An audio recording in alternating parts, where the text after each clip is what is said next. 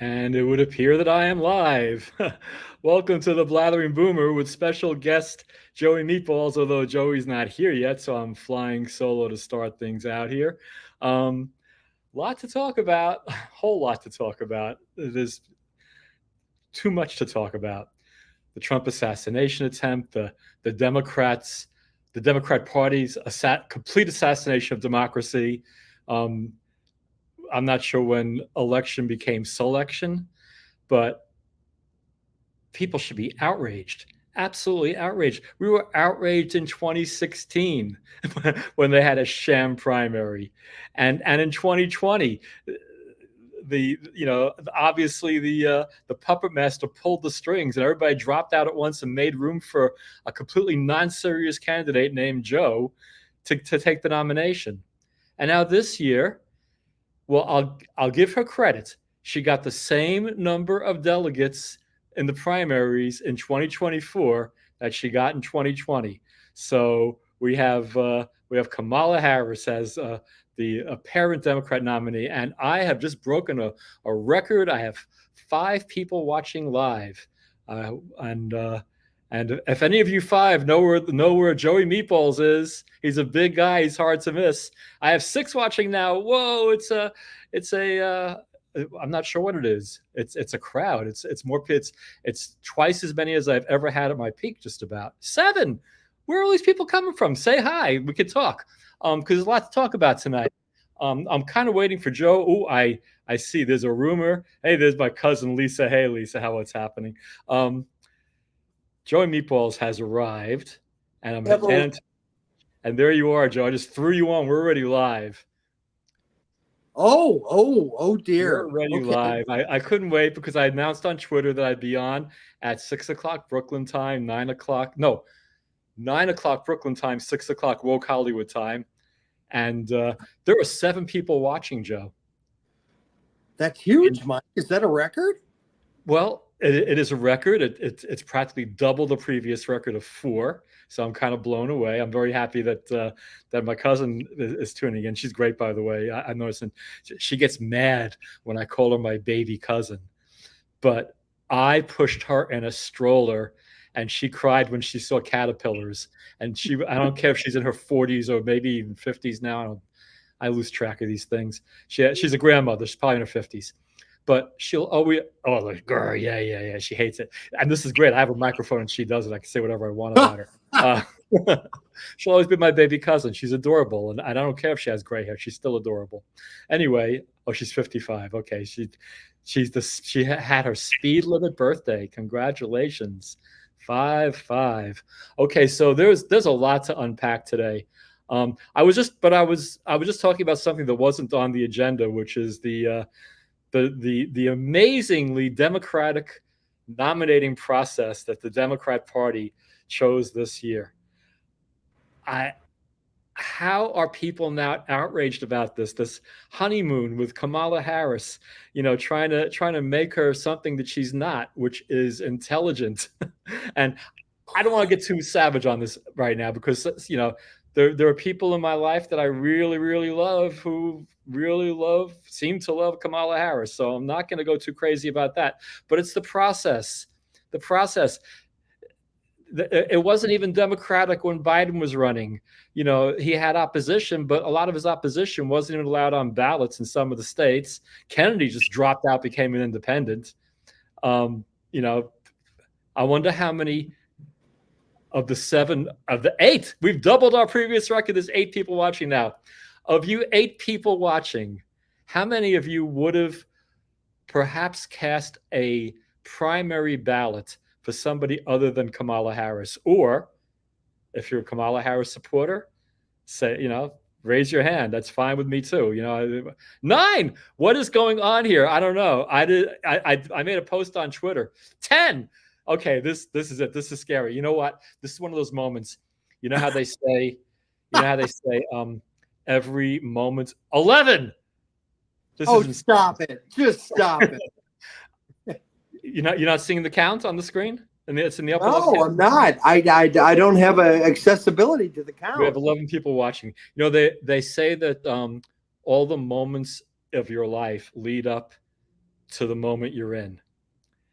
So what that means is not only has every moment in my life led to this moment that we're in right now, and Joey Meatballs, every moment in your life has led to this moment where you're sitting here on the right side of my screen right now. Absolutely. But not only that, every moment in the lives of these 11 wonderful, brave people who are watching us right now has led to this moment where they're sitting in their homes, on their phones, in their cars, wherever they might be. Maybe they're in the bathroom of a movie theater because they heard we're going to go live, and they're missing Johnny Depp or whatever, whoever's on the screen, to see us. Every moment in everybody's lives, the two of us and the 11 watching, have led to this moment. Can you imagine the fucking pressure? There is a lot right now, Mike. Okay, that line worked a lot better when I was doing improv in 1992. Yeah. I've been holding that one for 30 years, and it didn't. 12.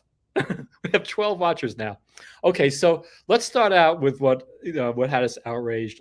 Joe, as a member of the LGB community, yes, please tell me how you feel about the things I'm about to show. And I have a lot of links, and I'm getting better at this share screen thing, but still not as good as I want to be, because we don't do this often enough for me to stay in practice. But here we go. Let's go with this first one. And of course, I'm already messing it up. Let's see if it's this. Free through it. Here we go. Okay, so when I was growing up, Joe, a man hitting a woman in the face, that was grounds for going to jail. This person is going to ends up this. Oh God! All right, so let me share what happens next, and it is this. I'm getting a little quicker at this.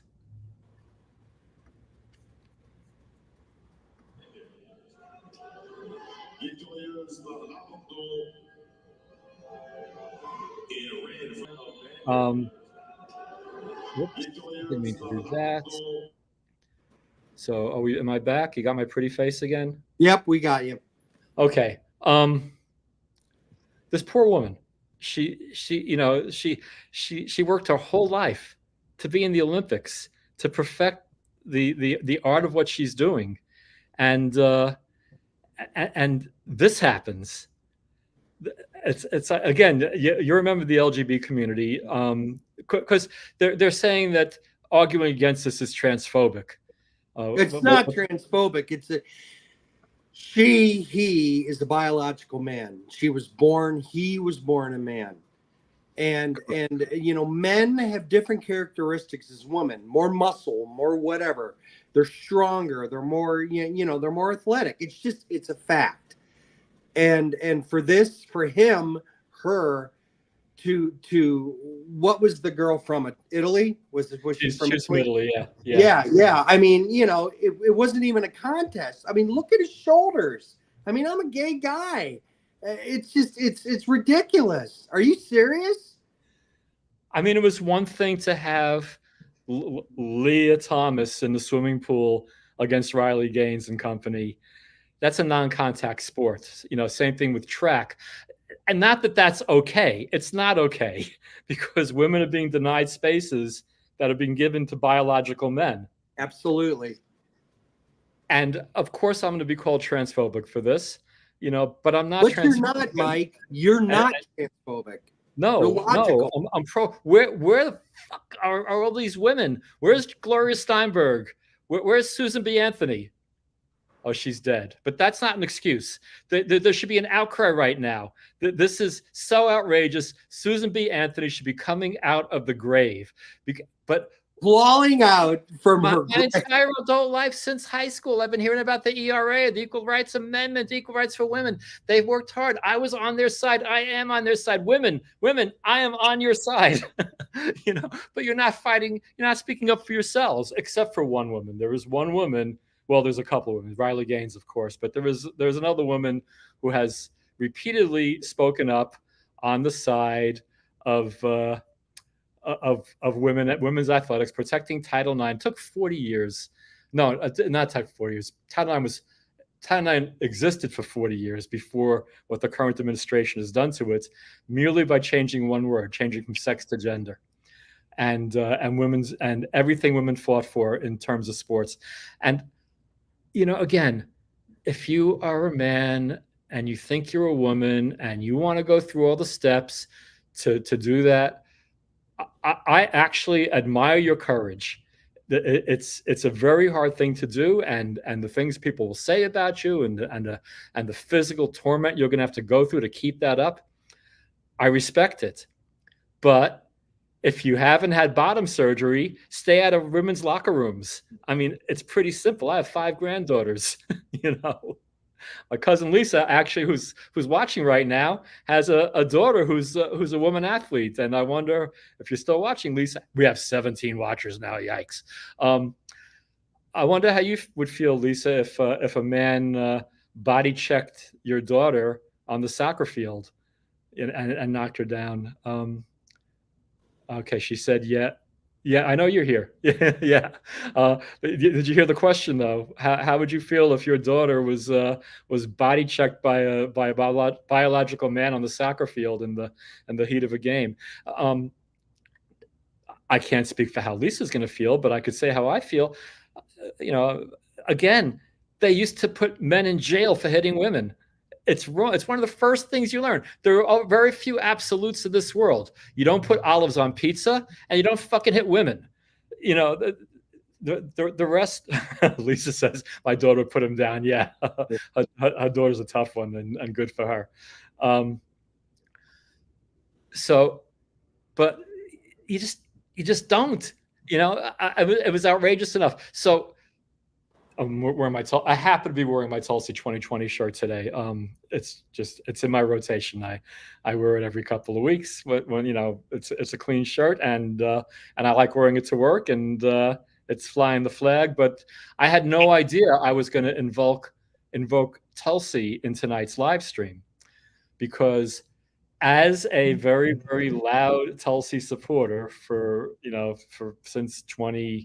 since before 2019, but especially since she threw a hat in the ring for the 2020 primaries, it seems that I have to answer for all of Tulsi's crimes. So when Tulsi does something, I'll get an email.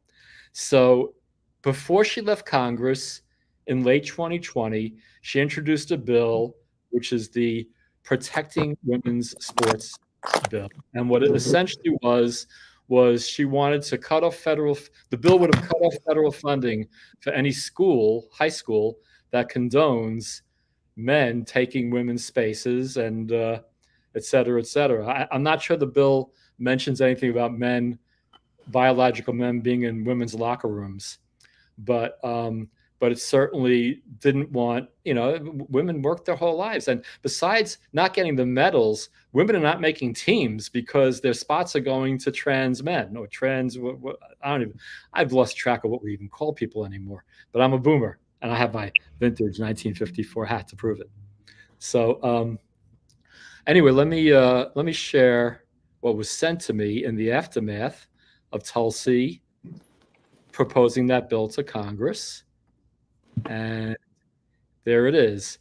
Tulsi Gabbard introduces anti-trans legislation that could lead to genital exams for schoolgirls. Come on. Wow. That's not what it was. Wow. That's not what it was. And it led to a pretty heated email exchange. And, I was basically, it was implied that I was being anti-trans, et cetera, et cetera. And here's part of the conversation. I said, when you send an email to a person who's worked hard in support of Tulsi Gabbard, and you title it WTF, and started out with a line like, well, my sense is she's seeming to get back to what historical and probably real views, anti-anything but cis straight. That was literally the first time I ever heard the word cis, C-I-S. This exchange happened in December of 2020. So this is 4 years ago. Anyway, it basically says to me that you give credibility to the mainstream media smears against her, that I've been dealing with stuff like that for almost 2 years now, which was very true in 2020. I've tried to be polite in my responses to him. including not responding to your last email. But now I'd like to officially declare my desire to not participate in this particular conversation. I am not anti-trans, and neither is Tulsi Gabbard. But please know I am very much anti-MSM and anti-DNC. So this discussion is essentially a microcosm of the hundreds of arguments I've been having with people who didn't walk away from the Democrats when I did. And by the way, Tulsi, I walked away before you. Had the conversation started less confrontationally, I might have had more interest in exchanging facts and opinions, and hence that man was essentially canceled. Yes, I do cancel people because in the exchange, when and again, I didn't go through the whole thing. In the exchange, I talked about the biological advantage that people born male have over people who were born female. And his response was, it's been found that people who transition pre-puberty generally don't have those physical advantages. And that was when I really lost it. I'm like, pre-puberty? Transitioning children pre-puberty? Anybody who does that to their child deserves to be, I don't even want to say what I said.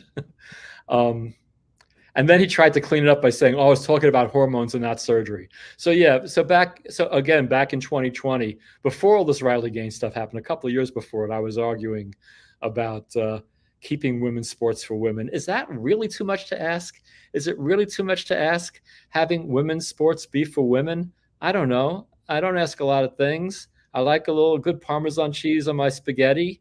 And I like pizza on Thursdays and tacos on Tuesdays. And I like women. I like women's sports to be at women. I don't ask for much. Anyway, there it is. What did Lisa say? Lisa had a long comment at the end. If he, she wants to dress, act like women, go for it. But don't do it because they can't compete in their own gender. Yeah, exactly. Exactly. Men who do this can't compete with other men. Well, so it turns out, and where is it? So it turns out, I'm going to share more screens here. I came ready, despite I started a few minutes late, and I'm actually getting like so much better at this. So here we go. Here's the winner of the fight. Oh, there he is. Yeah, there he is, or there she is, or whatever you want. There they are, whatever. There he is. I mean, this is interviewed by the foreign press. But it turns out, and it says, after, I don't want to try to pronounce their name, after beating Italian female boxer Angela Carini at the Paris Olympics today, I'll try it. Emaine Calif. Sorry, and I apologize if I got that wrong. I'm sensitive to people mispronouncing names my whole life. Who is biological male with XY chromosomes, will compete against another woman on Saturday facing off Hungarian boxer Luca Anna Hamori. Now, wait a minute, Joey Meatballs. This has really gone too far. Joey, oops, I closed the wrong one. Well, I heard, Mike, that there's 2 trans women in the boxing from 2 different countries, 2 trans women. Now, is this... Yeah, I found it. I lost that's a mean-looking mofo, Mike. Yeah, well, because some people say they found the perfect woman to fight the next fight, and holy mackerel, I could not agree more. I'm Hungarian. I'm outraged. I'm outraged on behalf of women. I'm outraged on behalf of Hungarians, and a dear old friend of mine, Ellen, we go back all the way to college. Just sent me something to read. Okay, well, I will read it when I can. Thank you for watching. Thank you for watching live. Everybody, 18, that's a very special number in the Jewish religion, by the way. Howdy, Ellen. 18 is a very special number. It actually means life. And I never thought I'd see the day where I had 18 live watchers. So I'm kind of blown away by that. And yeah, again, feel free to comment if anybody disagrees or agrees with what we're saying. The advantage of a tiny little podcast like this is we can all participate. I treasure everybody who's watching. I might say especially those who disagree with me, but no, that's not true. I like people who agree more. What am I going to tell you? But the thing of it is, I want to bring honesty to people who might not see it otherwise. And And it's just a little. I don't want to be like another podcast of people regurgitating. As I said before, yes, we're regurgitating. We are fourth generation regurgitation, because you watch these podcasts, and the best of them are well, the best of them might be a little better than the worst of them, but all they are doing for the most part is taking somebody else's news and putting their own spin on it. So what I'm doing is I'm watching somebody who's doing that. So they're already second or third generation, and I'm regurgitating it myself. So I'm making no pretense about any of this being original. This is all, this is all, like I say, blather and fourth generation regurgitation. And somehow I got 19 live viewers. The most we usually get, even including the people who watch it later, are like 25. So something's up. I'm not sure what in the world happened, but again, hello to everybody watching it. I'm overemphasizing that. Okay, so anything further on the trans thing with the boxing? It's just it's so, I don't know. It's practical thinking that a man's a man and a woman's a woman. Me being, my sexual preference, whatever, that doesn't affect my thinking. And it's like these ladies have trained and for years, for their whole lives, for this opportunity, and to have someone come in and say, "Oh yeah, I'm a woman that it's a man, it's born a man, the XY chromosome," and just to completely wipe the floor with them, it's a travesty. It's not sportsmanship. It's not anything. It's not a fair fight, and that's what it comes down to. It's bastardizing the system to have a small group of people bully their way into the mainstream when there's no reason why they should. I mean, the Olympics have been the Olympics for, when were the Olympics? I mean, when did they start? I mean, for All God's right, sake. they started like 768 BC, 736 something like that. BC They had a or good something. run. Born in 736 BC, died in 2024 AD. Yeah, I mean, It's a it breaks breaks my run. The heart. Jews have had a better run. We've been around 5,000 years. Olympics have been around 2,800 years or so. But I mean, are we thinking differently? Are we thinking wrong? I mean, is our thinking skewed that this is wrong to have biological men go against biological women in events for strength and endurance? That's wrong. well, I appreciate you saying that. As a straight white cis male, or whatever I'm labeled as, my opinion might not carry as much weight. But people who criticize this are called transphobic, and they're called Well, homophobic. but see, that's just the label they throw on the people to back them down. We're not transphobic. We're logical. And for them to do that, that's a bullying technique, if you ask me. That's a complete bullying technique to shut you down. I'm not going to be shut down. This is wrong. It's totally wrong. And I actually, Ellen, who's known me 2/3 of my life, just read my mind, because I was about to point out something that she just commented. William Thomas was ranked 419 in men's swimming. Leah Thomas is a champion. Number one. Yeah. And woman of the year. And I don't know what has happened to this world that we're living in.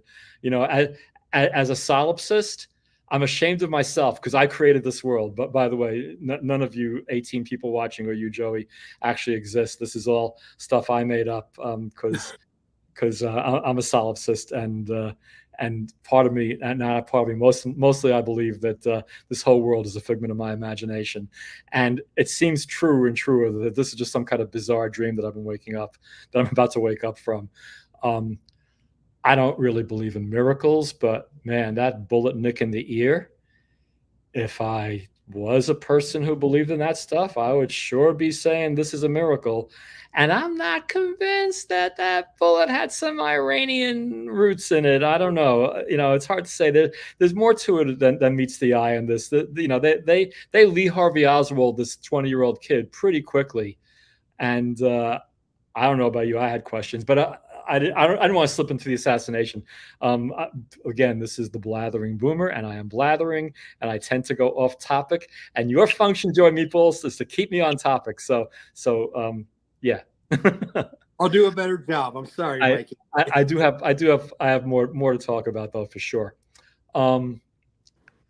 Sometimes wisdom comes from an interesting place, and we live in a world very, very, very divided. In 2016, I was shoulder to shoulder with Bernie supporters up in the Bay Area, and we were all on the same page. Hey, Bernie, hey, Medicare for all. It wasn't called Medicare for all at the time. It was, basically healthcare reform, et cetera, et cetera. No more blood-sucking middlemen, HMOs in between us and our doctors, et cetera, et cetera. And Bernie was this freedom-fighting independent from Vermont. Yeah. Won a Senate seat without a major party endorsement. I was a total Bernie bro. And when Debbie Wasserman Schultz pulled her shit that caused Tulsi Gabbard, the vice chair of the DNC, to step down, she couldn't bear it, bear the cheating. I refused to vote for Hillary. Well, my Bay Area community were very much in lockstep, and their mantra was, we have to stop Trump at all costs. Yep. Vote for Hillary. Some would say, hold your nose, vote for Hillary. I didn't vote for Hillary. I was very public about not voting for Hillary. I naively thought that Facebook was a safe place to post individual political views. I found out pretty quickly that is not the case. I was trashed and slashed and smashed by people who'd been my friends for years. Well, you lost friendships over this, have you not? I lost decades-long friendships over that. It's a shame. I've lost more decades-long friendships over Israel, because I very fully, if I haven't said it out loud specifically, I support Israel's right. Testify, brother. I am a Zionist through. Yep, absolutely. And so there's a difference between somebody who disagrees with me about Democrat versus Republican. And I think it's sad because I got canceled because I wouldn't vote for Hillary. And I got canceled because I wouldn't vote for Joe Biden. And I'll tell you right now, I'm not voting for Kamala. There's not a chance. That's caused some very, very heavy divides. And I'm going to get to a clip that I saw last night that is a really, really beautiful clip. I just want to point out, though, that the Israel-Gaza situation is not just a simple political disagreement. This is life and death for a lot of people. Whether Trump wins or Harris wins, some people are going to be uncomfortable. Some people are going to be upset. A lot of people are going to be angry. But you make a wrong decision in the Middle East these days, and you die. This is life and death, and I was probably a little bit wishy-washy in the first couple of podcasts, trying to see both sides of the issue. But now I especially after seeing Netanyahu's speech. Great speech, by the way. Great speech. Yeah, that was boycotted by Kamala Harris and Bernie Sanders and some others. Joe, hang in there. We almost lost. I'm okay. All right. Love the fan. It's okay. Keep cool. I got the air conditioner on here. All right. Very good. Hot Southern California night here. And of course, I just blatted my way into oblivion. The point being, we could disagree on the trans issue. We could disagree on Democrat versus Republican. We could disagree on most social issues. Israel-Gaza is a separate thing. So put Israel-Gaza aside. All the stuff, and yeah, I've lost decades-long friendships over my refusal to vote Democratic. It's insane. So last night, one of the very few shows I watch every night is Gutfeld.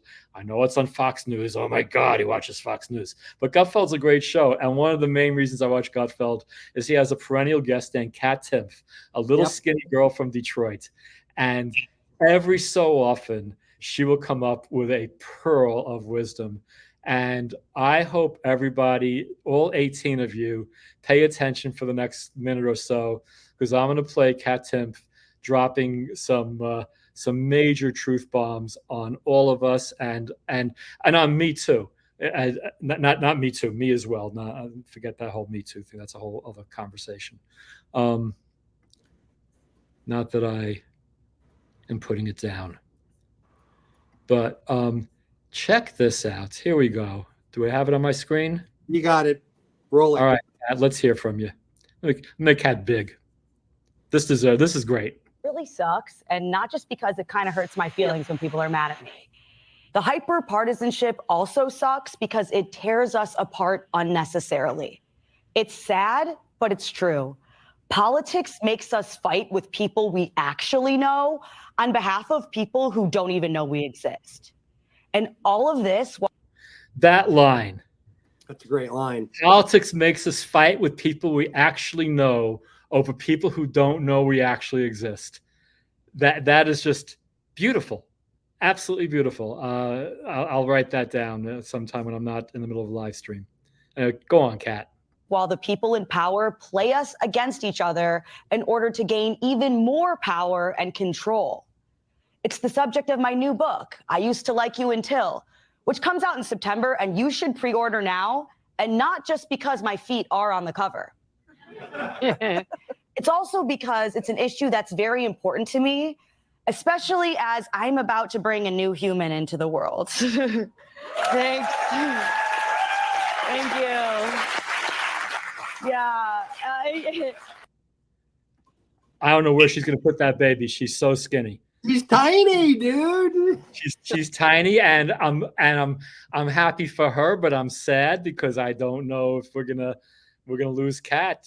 She can't do her thing from home. She's got to be in studio to be on this show. I'll let her talk for a minute or two more, but the point's already been made. But just out of respect to Kat, let's give her a few more minutes.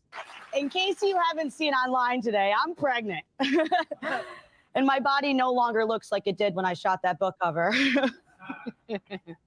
As some of you have so kindly pointed out, by the way. Oh, no. Real nice, huh? You'd think Greg would at least say it to my face. No, my husband and I are very excited to become parents. Yes, thank you. And of course, to finally have the acceptance of J.D. Vance. But I'm also nervous for a few reasons. One, we're not sure who the father is. Don't worry, I'm sure once we see what. Okay, that didn't really land. And this is me being shamelessly regurgitating because I'm just showing something I saw. But that's really beautiful stuff. You know, it's hey, Stephanie and I vehemently disagree about this year's presidential election, and but we respect each other's right to have the opinions we have. My children disagree with me, and we very much disrespect each other's opinions. But that's the nature. That's what happens, Kat, when you bring kids into the world. Yeah, you're all glowy now. Watch what happens when they get bigger and you get stupider. It happens. But no, that's a really beautiful thing, and I think people need to keep that in mind. You know, too many people just cancel each other. Now, again, I could see canceling people over Israel, Gaza, because I truly believe that's a good versus evil thing. But they're trying to make American politics good versus evil. Trump is a lot of things. He's not a Nazi. No. I'm not sure if this will land. I've been playing with this metaphor for a couple of days. People don't like Trump, so I'm going to allow it. Let me just say, for the people who don't like Trump, I consider Trump to be urine. Urine gets all over the place, foul-smelling stuff. Nobody really likes urine, unless you've been stung by a jellyfish. Hey, it landed this time. Yay. It didn't work. I like it. That was good. Kamala Harris is the jellyfish, and Donald Trump is the remedy to the sting of the jellyfish. That is my final comment on the 2024 election for now. I'm sure there'll be more as God, we're still like 90-something days until election day. Yeah. I don't know what's going to happen. But again, no matter who wins in November, no matter whether the election was fair or fraught with fraud, that's a tongue twister, fraught with fraud. Fraud with fraud, yeah. No matter how it plays out, half the country is going to be really, really pissed off. Oh, I got a laugh out of Ellen. Yay. Thank you, Ellen. Yeah, I haven't seen Ellen in like 40 years, by the way. It's kind of really cool to interact with her online like this.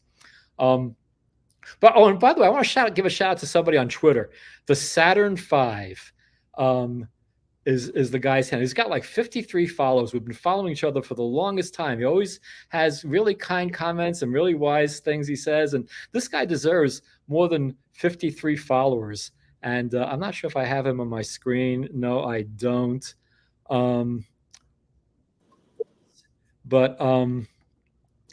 But if you're on Twitter, thank you, Lisa.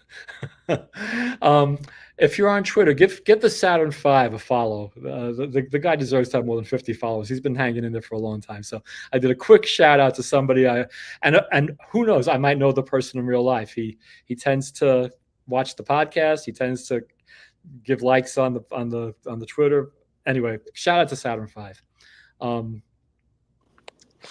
As far as this podcast goes, I've heard it said a couple of times. I've heard Elon Levy say it. I've heard Tulsi Gabbard say it. And the message is, and it's for people like you and me, Joe. Yeah, I mean, I'm blown away that 18 people are watching. Usually, I'll get 2 or 3, and at the end of the day, after a couple of weeks, 25, maybe 30 people have watched it. But that's more than 0. And I kind of feel like if I have a voice and I've paid for this StreamYard software that allows me to do these live streams, and I have a microphone, by the way, that I'm a boomer and I have no idea how to use it, and I'm not using it. Typical. I know there's all these connections and stuff. I need Stephanie to come out here and you effing boomers! I swear to God. Yeah, and she hates it when I'm not good at these things, but I'm not. I mean, what am I going to tell you? And there's that old joke. What do you call a Jew holding a hammer? What's that? A Jew selling a hammer. That's messed up. Yeah, and my dad could fix anything. And my son could fix everything. We missed a generation. There's a recessive gene there, Mike. Yeah, I have no idea where I missed it, but no. If somebody wants a screwdriver, I'll tell them the toolbox is in the closet. You're right. Yeah, I think it's in the closet. Last time I saw it, anyway. So, I just got to take a peek and see if there's one video. Whoops. Okay, well, luckily, I believe it's in my bookmarks. It's actually in my notifications. So bear with me for just a moment. And here we go. So one of the things that happened when I left the Democrat Party and stopped watching MSNBC and CNN, and by the way, I have that song. If you look at my channel, My Answer to Any Blue Will Do, which has 74 views. I mean, that's a popular video. I just lost my train of thought. And nobody's even commented. Usually it's the 1 or 2 people commenting that make me lose my train of thought. Oh yeah, so I turned to independent media, especially guys like Jimmy Dore, because they were telling what I perceived to be the truth when mainstream media was blatantly lying and I still believe that the mainstream media blatantly lies constantly. And we're about to see it on steroids in the next few months as they protect Kamala Harris from any tough questions, et cetera, et cetera. Well, she's no longer Indian, there was a I think a 60 Minutes spot on her Indian heritage, but she's no longer Indian. Well, just like William Thomas is no longer a man, and just like that Algerian boxer is no longer a man, right. Kamala Harris is no longer an Indian, because in the case of William Thomas, he's not going to get anywhere as a male swimmer. No, he had to be a female swimmer, and he became one. The Algerian, I'm not sure how they do against boys, but obviously they're trying to get a gold medal by beating up girls on live TV. Well, apparently it works, And apparently being an Indian didn't work for Kamala, because it's going to work out much better for her being black. I mean, I got nothing against anybody. You're black, Indian, you're Indian. Well, live and let live, absolutely. But don't lie about who you are. Right. Just be honest, be proud. Well, it's identity politics. Yeah, and it gives them a chance to try to say it's racist to not support her, racist or not homophobic, misogynistic. You're a racist misogynist if you don't support the Indian, now black woman. Well, look what happened to George Santos. He said he was Jewish. He wasn't a Jewish person. He was Jewish. You know, he got railed out of Congress, you know? Yes, and deservedly so. And he was I was number one saying, get him out of there. Lisa says, the perfect black family with the wife, husband, and white kids. And Ellen says, J.D. Vance's wife is South Asian. I wonder if that has something to do with it. And that is interesting. It very, very well might. I have a lot of questions about why Trump picked J.D. Vance. And I'm not going to say anything against J.D. Vance. I don't know enough about him to comment on his personality. But strategically, I think it was a mistake on Trump's part. I think Trump thought he was running against Biden, had the thing sewn up, and could pick anybody he wanted without it costing him the election. And J.D. Vance is vulnerable, right or wrong. No, he is. Vulnerable. Yeah. And I'm not sure that it was a good move picking him. That being said, I know how I'm pulling the lever in November because I want urine to cure my jellyfish thing. So there it is. But anyway, I was starting to talk about independent media, pointing out the shortcomings of mainstream media constantly and how mainstream media would show these clips that were taken out of context and not be real. So without commenting further about Trump or Gaza, but this clip kind of brings both of those together. I'm going to share my screen. I'm going to show you something that Jimmy Dore reposted with a comment regarding Trump and Netanyahu. And by the way, shame on Kamala Harris for boycotting Netanyahu's speech to Congress.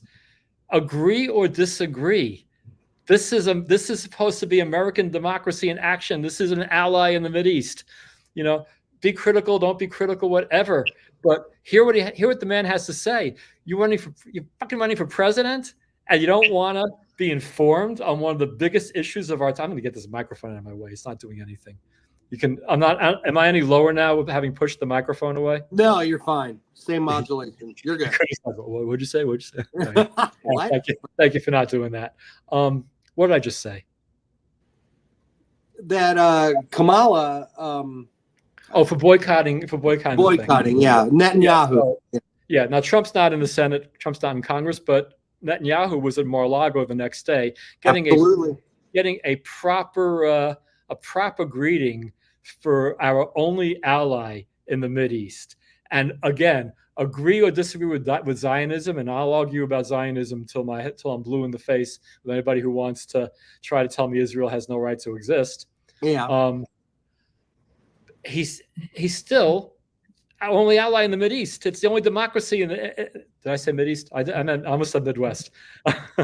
In the yeah, you know what I'm saying. So let me share my screen again, because this is a bit of, I dare say, hypocrisy on the part of somebody that I followed very, very loyally for 7 years. So Jimmy Dore reposts this.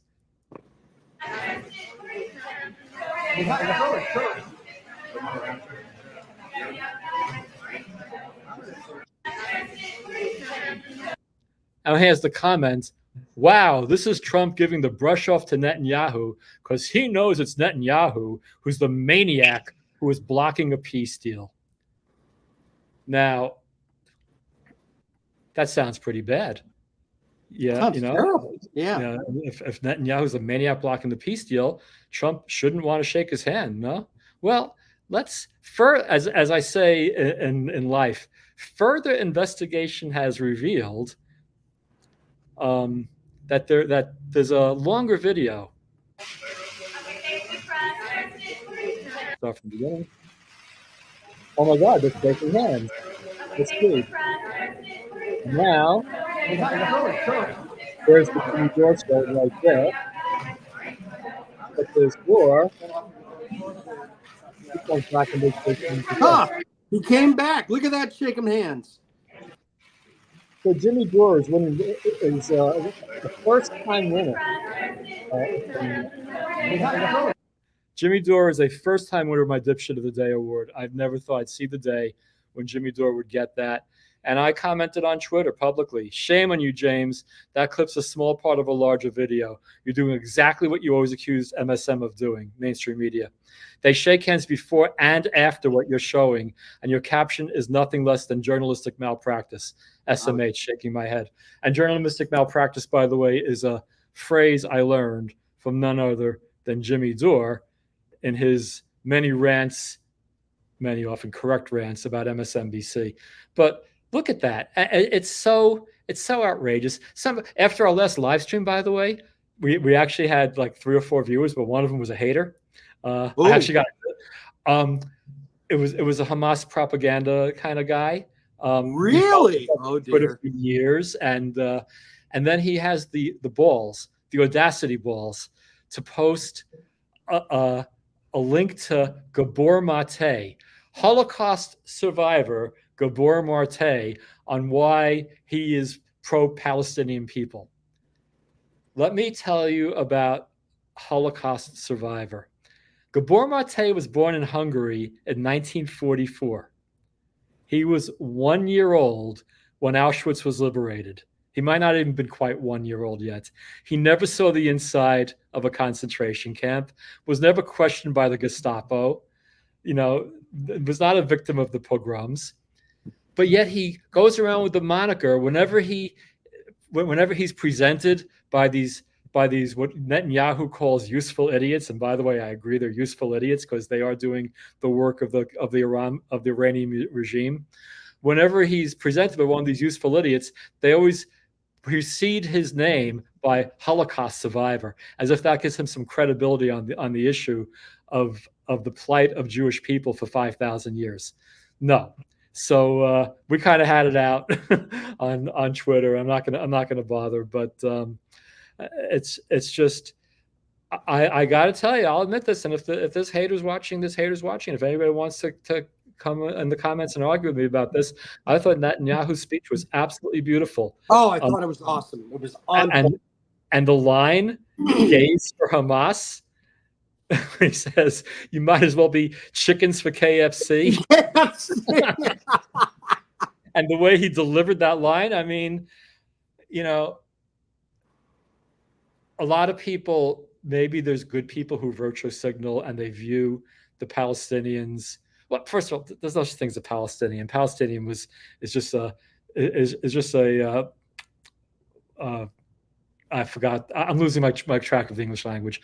It's a nasty term that it's an offshoot of Philistine, who are the ancient enemies of the Jews, and the Romans called it Palestine just to diss the Jews. That's all it is, But the whole region is all a result of treaties and maps being redrawn, and this and that and this and that. And there was no Jordan, there was no Iraq, there was no Lebanon. All this stuff is post World War I line drawing. Absolutely. So even when the Pico Robertson area was attacked a couple of weeks ago, I guess I inevitably lapsed into this whole Israel thing, but I can't help it. It's too outrageous. Well, it's a pretty big deal. It's a big deal. Yeah. And then they rationalize that. Here's the thing. I had a very, very close friend, independent journalist. Yes. Stay at my house. I'm refraining from mentioning his name, although I'm on the verge. Don't do it. Don't. Everybody who knows me knows who I'm talking about. And we actually were sitting together on October 7th, watching everything unfold. And we're watching different points of view. So he wanted me to watch Qatari, is that how it's spelled? Quatar? Qatari TV. He had me watch Richard Medhurst, which was disgusting because he's on there showing a live stream of the crap that's happening, laughing about it, and saying, "Run, coward, run! This is not your land." I'm like, I'm not going to watch this. And then we watched something else that was a little more pro-Israel. Anyway, we sat there together and we're trying to make sense of the whole thing. And I was saying things like, and he's saying this was a jailbreak and decolonizing and all this and all that. And I was buying into it a little bit. For many years, possibly because I was watching so-called alternative media. Yeah. I got a lot of anti-Israel propaganda, regarding the West Bank, et cetera, et cetera. I was never really hearing the Jewish point of view. I was particularly exposed to it. Anyway, after October 7th, I wasn't watching Fox or MSNBC. I was actually, of all people, I was watching Chris Cuomo on News Nation, who is about as close to neutral as things as they come, even though he's a dipshit. I don't think he's partisan on these things. I think he does a good job trying to get all points of view. And so after watching some objective journalism by him, I called up my friend and I said, hey, you know what? I don't think we're on the same page with this Middle East thing. He goes, what are you talking about? I'm like, they were raping people. They were killing babies. Beheadings. They were beheading and putting babies in ovens. That was not an act of war. That was an act of horrible savagery. And what I got back was, how do you know that happened? How do you know it was rapes? And I'm like, I can't even talk to you. And this is literally my best friend from the starting with the Tulsi campaign and ending. We had one more big argument. He called me a Zionist in a pejorative way. I called him a Holocaust denier in a very pejorative way. We calmed down and went to dinner, and that's the last time I saw him. We had a big argument over the phone a few days later. He was guest hosting the Jimmy Dore show, which I felt was a big thing for him. I was very proud of him, very happy for him. And to not tax Jimmy too heavily, he crashed at my place a few nights a week, going back and forth to Jimmy's. And now everybody knows what I'm talking about. But that's okay. I'm still not going to say his name. But we got into it on the phone, and I'm like, I just can't. I'm not gonna, because he had his own podcast, still does, and I'm not gonna have you spewing Hamas propaganda from my dining room table. You can't, and we're not friends anymore. What are you doing to me? He turned himself into a victim because I didn't want to open my house to Hamas propaganda. I'm sorry, but from Max Blumenthal to Aaron Mate, who's Holocaust survivor, Gabor Mate's son, and just as bad. It turned, I wasn't surprised. I'm like, this one woman, Anya Parmenpil, who was really, really horribly anti-Semitic. She's in the gray zone with all the others. I'm like, I wonder if she's sleeping with Max Blumenthal because they're so on the same page. Turns out they are. They're married. I had no idea. Oh, geez. Well, you're right. The wedding pictures on Twitter.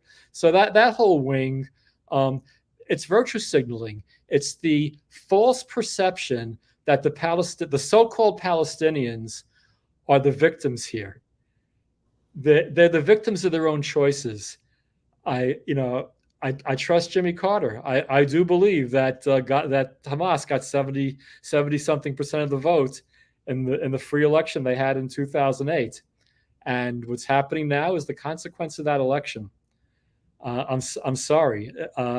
Israel is fighting a defensive war.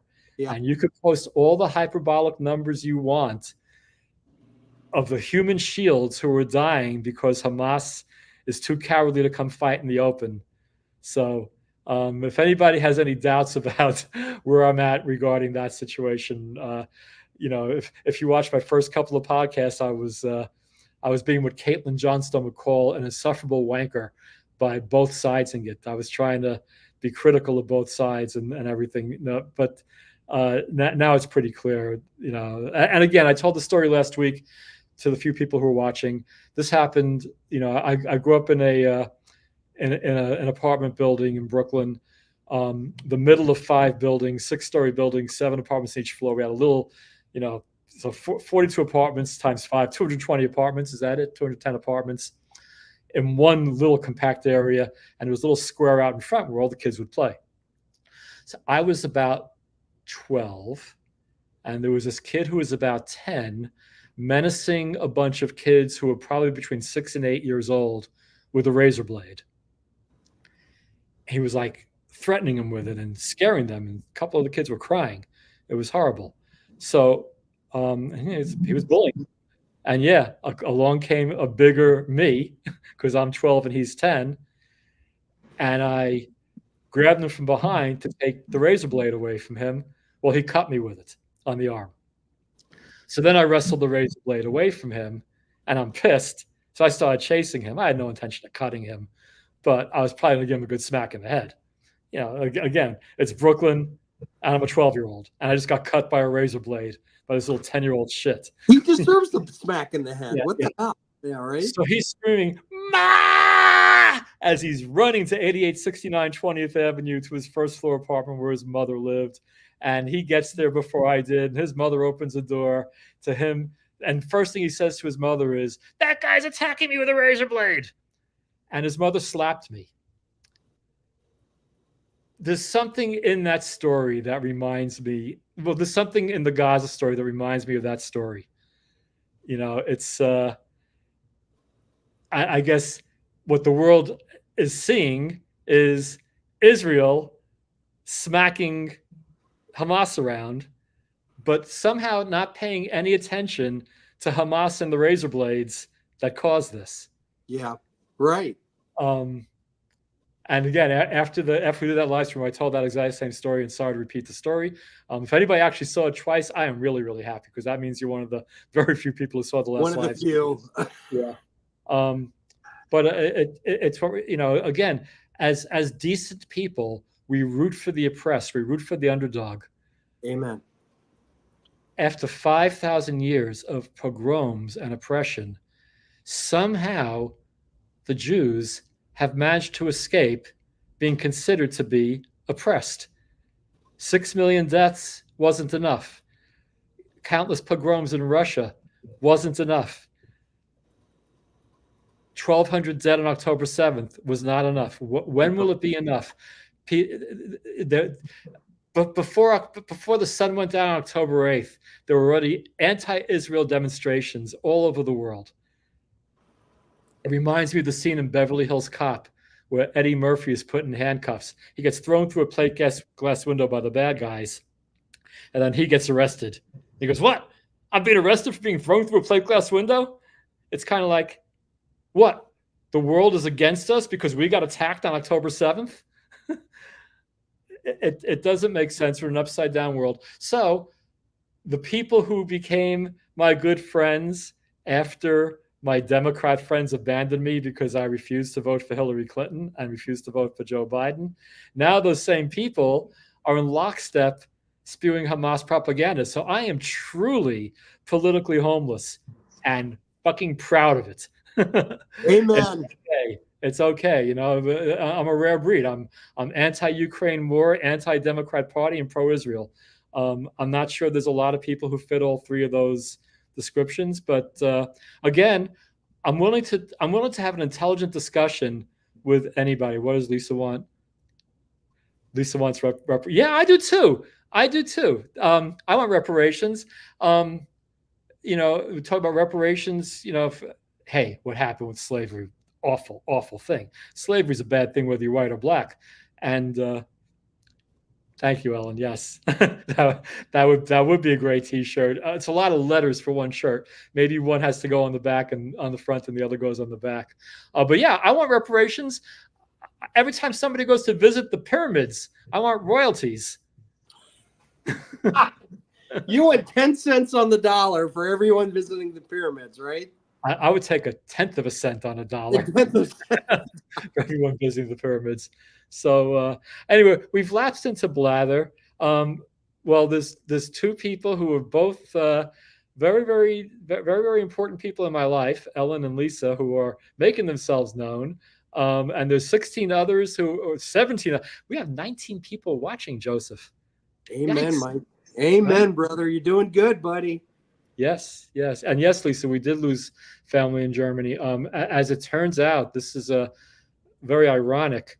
My grandfather came over from Hungary when he was 14 by himself, courageous kid, came over, and his entire family was wiped out. Wow. By Hitler. He died in 1945, and my cousin found out that. Sorry. It's okay, Mike. I never met him. He died 9 years before I was born. On the day he died, his sister was killed in Auschwitz on the same day. Wow, that's heavy. That's really heavy. Oh, yeah. Hate to end on that note. Is there anything else to talk about, though? I think we hit on some good subjects, and I think, we just got to keep fighting. You and I and everyone need to keep fighting for the truth and keep fighting for what's right. Well, as Elon Levy and Tulsi Gabbard have both said, if you have a voice and you don't use it, you're doing a disservice. Absolutely. And I am thrilled about every one of these 18 people who are watching right now, including the 16 who are hiding behind their keyboards and not participating. That's okay. And you know what? They don't have to. It's awesome that they're here and they're watching live. That's awesome. My cousin Lisa just paid you a great compliment. Are you seeing the comments live, by the way? No, I can't see anything. What'd she say? Oh, Lisa just asked, does Joey live in Brooklyn? Oh, no. He just paid you a very high compliment. No, actually, Joe lives in the house that Stephanie and I own together in Akron. Joe is our super roommate. And I am very, very happy that Joe is living with Stephanie, partly because he's a big guy and keeps her safe, and partly because he's gay and he won't touch her. Mike, you got a safe situation going here at 1247, buddy. It's the ultimate. And you're great with the dogs. And Joe has the best dog. Joe has big. What kind of dog is Hayden? He's a pit bull coonhound mix. He came from the shelter, and he is the most chill dog, 90 pounds of moose, and just so just tame and awesome. He climbs up on Mike's lap. And he climbs on my lap and makes his presence very well known. Well, I'm going to ask something of you, Joe. I don't ask much of you, but obviously I'm hoping we'll do this again sometime soon. Absolutely, Mike. Let's do it, buddy. There's a lot to talk about. And no, but what I'm going to ask of you is please email me a photo of Hayden so I could share your beautiful. I will. The rest of the Blatherverse. Absolutely. I'll send you a few. But no, he's one of the best animals I've ever had, and he's a true friend. So, and he loves Stephanie. He's always on her lap. So, you got that going for Stephanie. I know how when that I'm not home. So, okay. And ending on a decent note, how long we've been blathering for over an hour. Good for us. And you know what? We've had consistent watchers this whole time. Again, I'm very, very pleased. This. It's obviously the star power that you bring, Joe. No, calm down, Mike. Just settle down there, buddy. It's all you. It's all you, Mikey. I'm just blathering you. You tie it all together, Joe. So, and look at my cousin Lisa says, so fun. I'm hooked. Love it. Oh yeah, that's good. I'll let Lisa know that next time we're going to be on. So shout out to my baby cousin. Hey, she doesn't like me calling her my baby cousin, even though I pushed her in a stroller. Well, let me tell you what my aunt, a mother, did to me. The last time I saw her, she passed away on February 29th. But a few weeks before she died, Steph and I were in Las Vegas. Yeah. And we wanted to see my Aunt Renee. And of course, all she wanted to do was go play poker. So I took her to the Orleans, bought her $100 worth of chips, sat her down at the table. Now, Steph and I had a dinner. We were meeting a friend for dinner at a specific time. So we had to be someplace at a certain time, and it was time to go. Well, anybody who knew my Aunt Renee, and Lisa could certainly attest to this, when Aunt Renee was playing, yes, Lisa is Aunt Renee's daughter. Lisa, Ellen knew your mother. So, in fact, I believe Ellen's had salmon croquettes. I'm not sure. So she wants to play poker. We had to go. It was time to go. And I went to the table, and I'm like, okay, Aunt Renee. Now, I knew to do this 15 minutes before we actually had to go because I knew it wouldn't be easy to get her away from the table. So I said, we have to go. She goes, yeah, dismissed me. I walk away. I come back 5 minutes later. We really got to go. She says to the whole table, I was there when they snipped his little thing. He can't tell me what to do. Oh, sweet Jesus, Mike. So, Lisa, if you think you have a problem with me saying I pushed you in the baby carriage, imagine having, your mother tell an entire table of poker players that about my bris. Yeah, nice. Anyway, she finally did get up, and she stole the $100. she she cashed her chips and kept the money, and that's fine. That's fine. That was my. I'm not the least bit upset about it. I am happy that I was able to fulfill a wish from my aunt a couple of weeks before she died. It's what she wanted to do. She had a serious gambling problem. My entire family has gambling problems for, generationally for a long time. But she was a bad one. And, but it's what she wanted. So I'm proud of myself for that. Sometimes when somebody dies, you're left with the feeling of, oh, but I didn't do this or I didn't do that. And in fact, a dear friend of mine, Augie, recently died, and I can't help feeling that maybe I should have called him more when he was sick, et cetera, et cetera. A good friend of mine, Wacky, died. My friend Wacky died on his 42nd birthday, and for 2 years before he died, I'm like, I should give Wacky a call. I should give Wacky a call. And then one day, I couldn't call anymore. So. On the other hand, I had a friend, Stan Goldstein, who was one of the organizers of Woodstock. Wonderful, wonderful man. He was dying in the hospital. We knew he only had, a little bit of time left. Things were starting to fail. He calls me up at work one day, and he said, Ungi, I want ice cream. I dropped what I was doing. Now, I'm not sure how well you know California geography. It's like 4 p.m. I'm in Buena Park, and he's in the valley. Getting there, it's like a 2-hour ordeal through traffic to get from. I dropped what I was doing, didn't just go grab him something out of the gas station freezer. Went to Baskin Robbins, waited online, got him the good stuff, got him the French vanilla and the chocolate fudge, the ones you pay an extra nickel a scoop for or whatever it is now, and brought it to him. And when he took that first spoonful of ice cream, the look of bliss on his face. It was worth it. He died 2 days later. And, but I had the luxury of feeling I did the right thing. I did what he asked. So I'm at peace with my aunt. There's some squalor in the aftermath of it that I'm not going to go into right now. But I'm at peace with the fact that I did visit her and did give her what she wanted. Whose tail is that? Is that Lily's tail? Oh, that's Lily's tail. She's in the window. She loves looking out at night. I open the window when I sit here, and she'll just sit and watch, and that's Lily. So you got Stephanie, you got 3 dogs, a cat. That's it for the critters, right? Unless Stephanie's not a critter. My hands are full. Absolutely. Absolutely. Well, Joe, you're the man for the job. Appreciate that.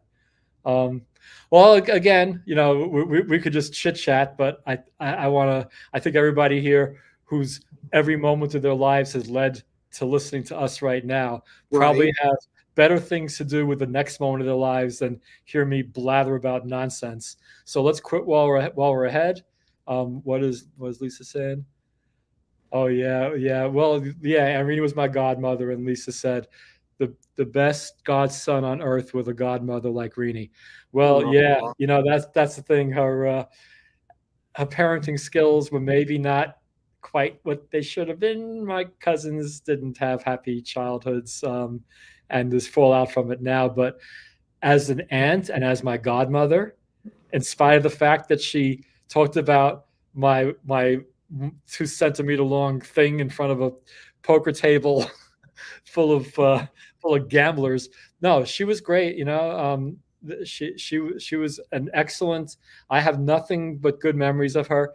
And when she'd go off and be the person that people didn't like, which did happen, I'd laugh it off.